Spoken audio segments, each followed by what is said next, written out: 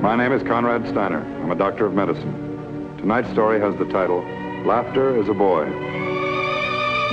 Guardian of birth, healer of the sick, comforter of the aged.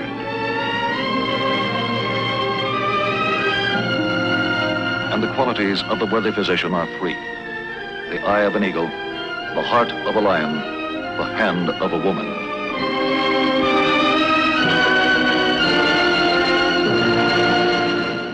Tonight's presentation, the field of plastic surgery.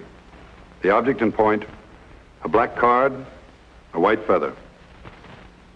The case in point, John Coslow. He's 8 years old, and for reasons that will appear obvious, he's already made up his mind that he's lived too long. Whatever hope for the future he might have rests in the hands of 6 people. 5 of them the boy has never met before. The 6th, John's older brother, Pete Coslow. Pete is 16 years old. He's in his sophomore year of high school. He has one main interest in life, his brother.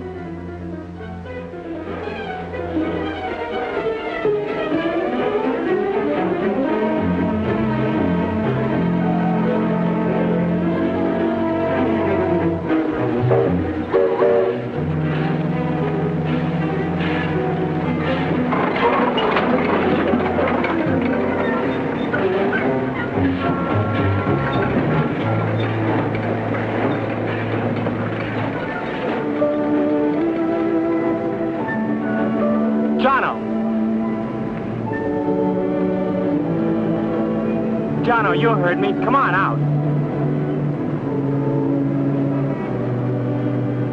Uncle Al's got supper ready. Who do you think you are, anyway? You got no business in these yards.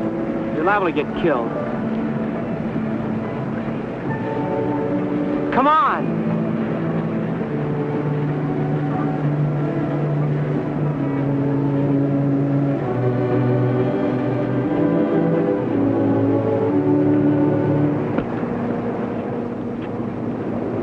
Like you've been through a coal mine.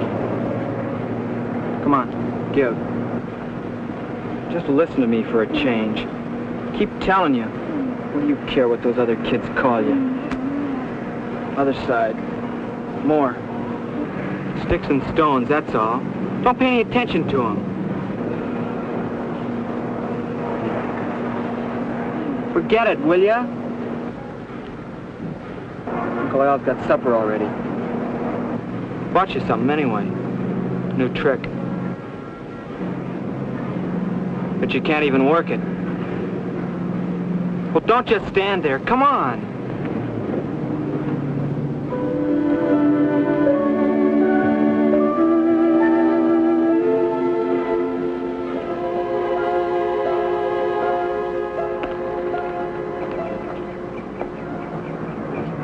Hey, Dad.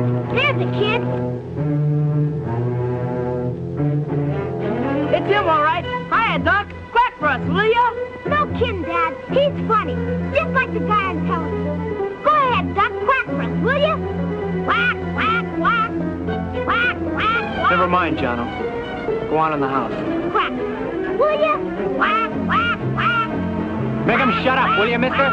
That's how you do it. Just like Donald Duck. Like you did the other day. Quack, quack, quack.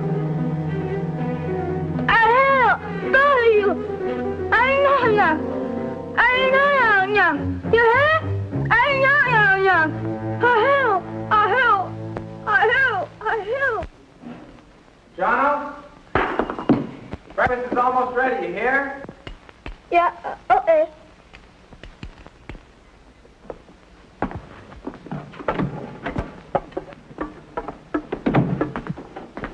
Jono! Uncle Al's here. Morning, Uncle Al. Morning.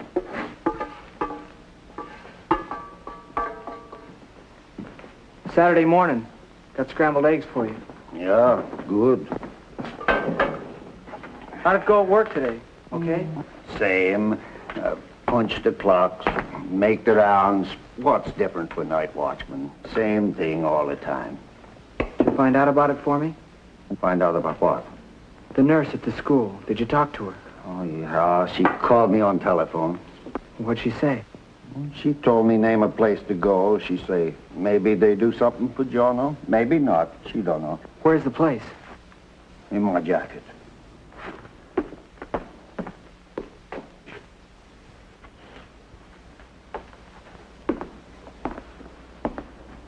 Room 200, University Medical Center. Monday at 10 o'clock. You think they could help him? I don't think so. Well, it's worth a chance. Anything's worth a chance. It's no good, Pete. I can feed you and pay the rent, the doctors, hospitals. No, it's no good, Pete. The boss down at the market said that I could work full-time this summer. I could save up. It's no good. Jono is Jono. Leave him alone. There are lots of kids like him. You go live your life. Oh, what's the difference? He's my brother. That's the difference. 2 days later, in spite of fears and warnings, Pete Coslow undertook to destroy the wall which closed his brother off from the rest of the world. A wall built of deformity, shame, and the ridicule of the ignorant. A wall which, if allowed to stand, could imprison 8-year-old John Coslow for as long as he lived. So you're from Iowa? Back where the tall corn grows, huh? Yes, sir. I lived out here most of my life. Jono just came out a couple months ago. Mm-hmm. He lived on the farm back in Iowa with Grandpa. When Grandpa died, why, he moved out here with me and Uncle Al. He's our guardian. I see. Both, parents dead, huh? Yes, sir. Happened just after Jono was born. They were in an accident. Uh-huh.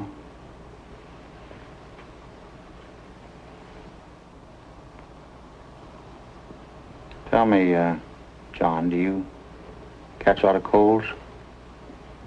Sore throats? Earaches? Huh? Yes, sir. All right, now. Open your mouth. Open it wide. Wider. That's fine.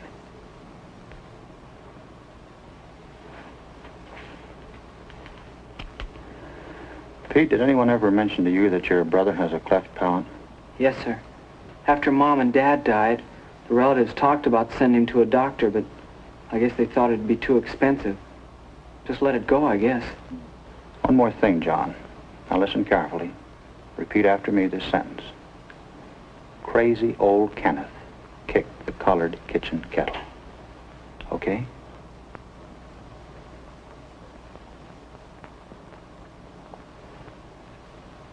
Crazy old Kenneth Kick.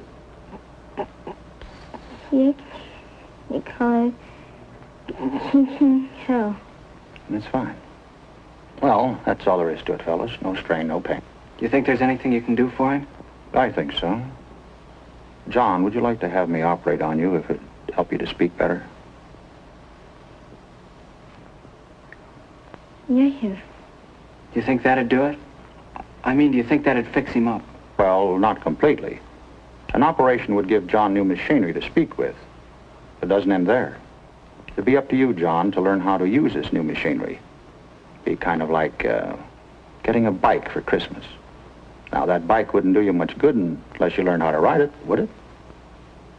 Understand? When would you be able to operate, Doctor? Probably 2 or 3 weeks. I'd have to get written permission from your uncle before I could operate. Have him get in touch with our office, would you, Pete? I'll tell him to call. Right now, I'd like to have the other doctors in our staff examine your brother. Okay, John? Come on. Oh, just a moment here. What's the matter? Well, I thought I'd examine that ear pretty carefully.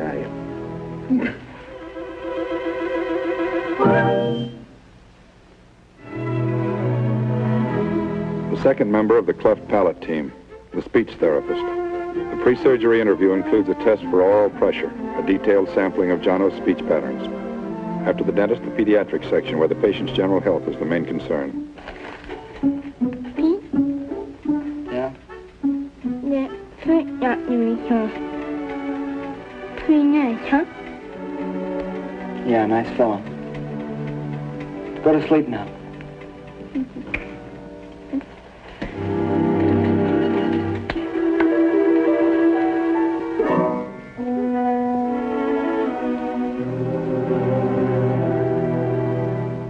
Now here, as you can see, is a diagram of a normal mouth. Normally the soft palate, by means of a muscular action, acts as a kind of valve, opening and closing like this. So that when we utter the sound k, the palate is closed. When we utter the sounds n or n, palate is open. Now here, excuse me, we have a cross-section of a cleft palate. It is not possible for the person to divide the nasal and oral cavities to block the nose off from the mouth, so that sound uttered circulates through both of them and is lost or distorted. Dr. Rayburn, isn't a cleft lip usually associated with a cleft palate? Yes, usually it is. However, in the case of the Coslow boy, the lip is not involved. Now, surgically, we can correct this defect in the following manner: by transposing 4 adjacent sections of tissue over the opening or cleft, thus affecting a closure.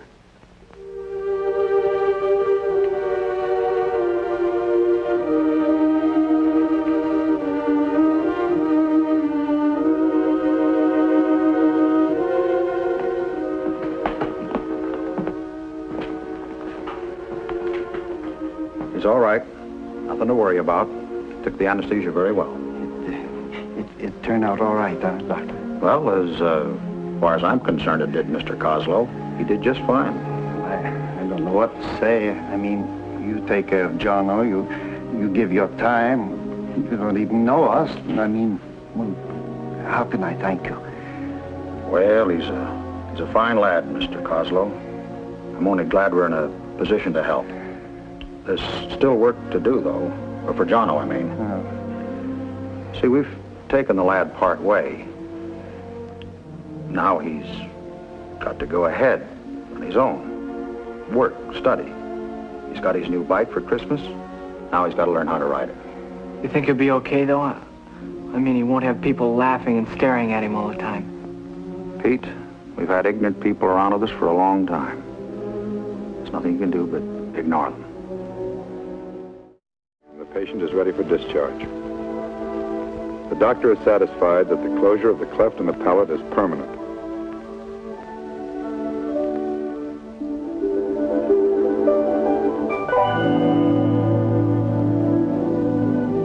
The first step is completed. Jono has started his trip to join the rest of the world. In the initial weeks, the speech therapist points for 2 main objectives: to help the patient harness the basis of speech, the airstream, to direct it out through the mouth, not through the nose. Second, help the patient make the greatest possible use of the soft palate muscles and the soft palate itself, the all-important valve, the doorway of sound. Practice, exercise, work. At home, at the clinic, palate training, breath direction, articulation. Practice, more practice. 5 months of rigorous training. Then in early September, the patient develops the danger signs: discouragement, boredom. The treatment is immediate. Jono is given a day off. At home that night, it's a different matter. The lesson takes place on schedule.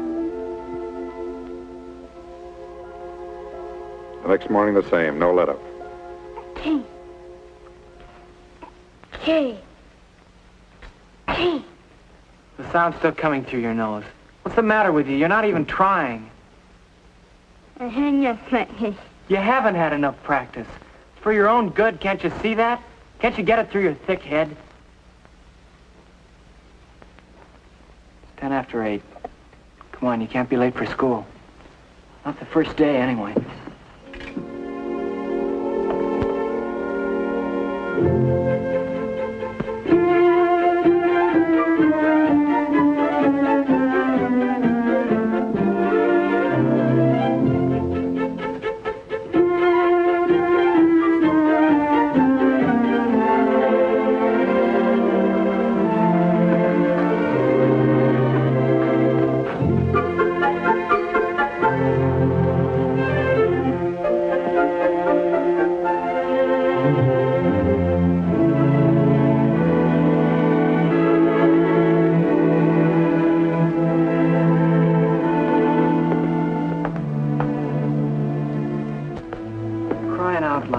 quit looking so scared.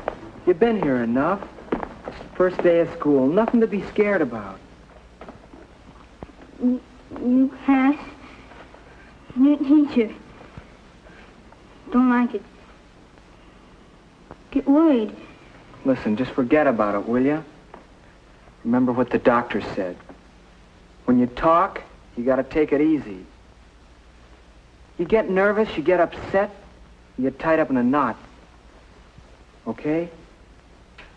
I'll come back at noontime and have lunch with you. See you later.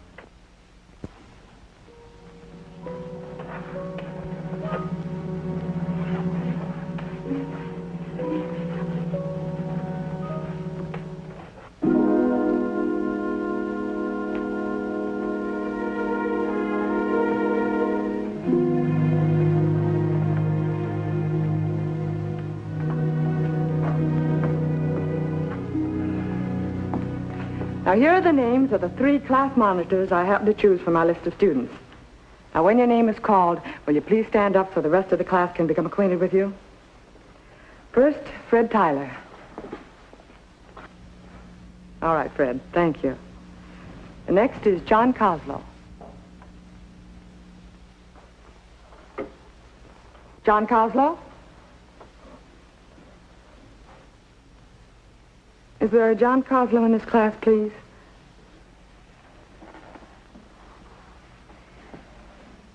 Are you John Coslow? All right, John. John, I see by your card that you were transferred from a school in another state last year. Would you care to tell the class where that was, John?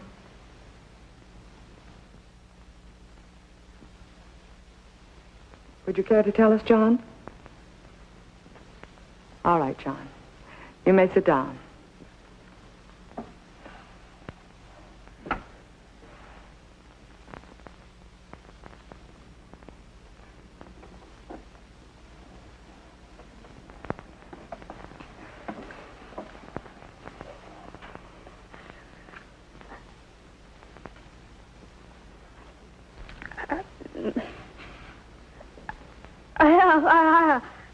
I have her.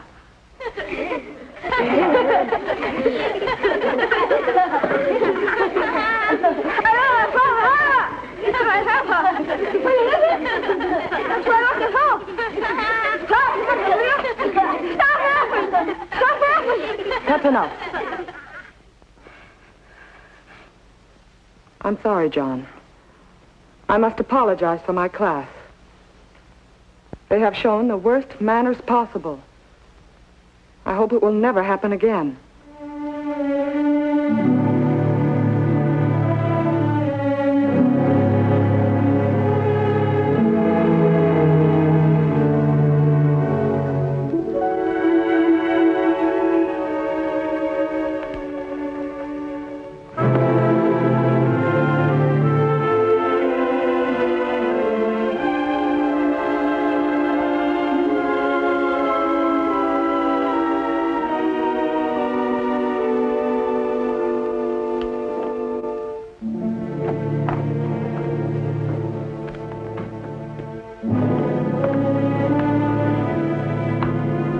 Hey, what's this?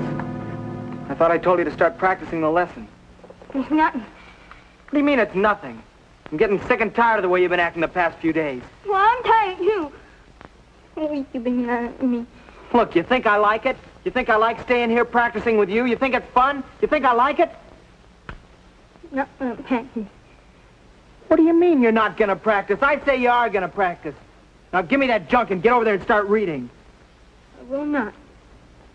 Fine. I said give it to me. Now give it here. Come on. No.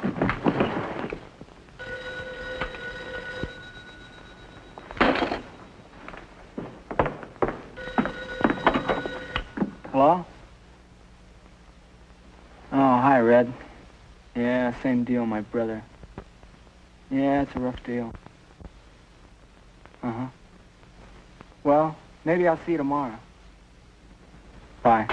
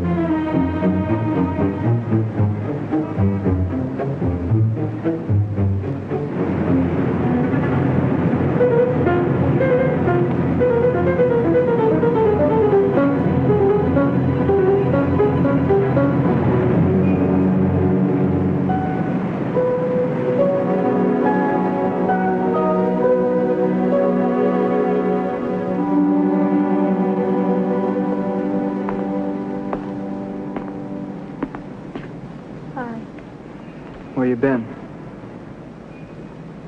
Why'd you hit me? I didn't mean to. It's the truth. I won't hound you anymore, Jono. Never again.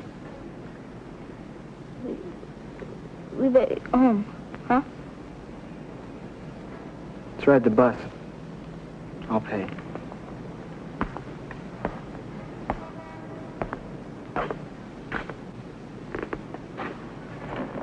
Pete?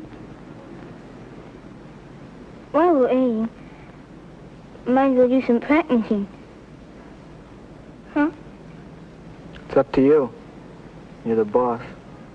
I'm not longer, Pete, before I earn. Don't anything? Just told you. Christmas? You think I could earn by... You think I could learn by... Christmas? Anytime you say. It's up to you. Christmas time. By Christmas time. You want to start the lesson, Pete? From the beginning.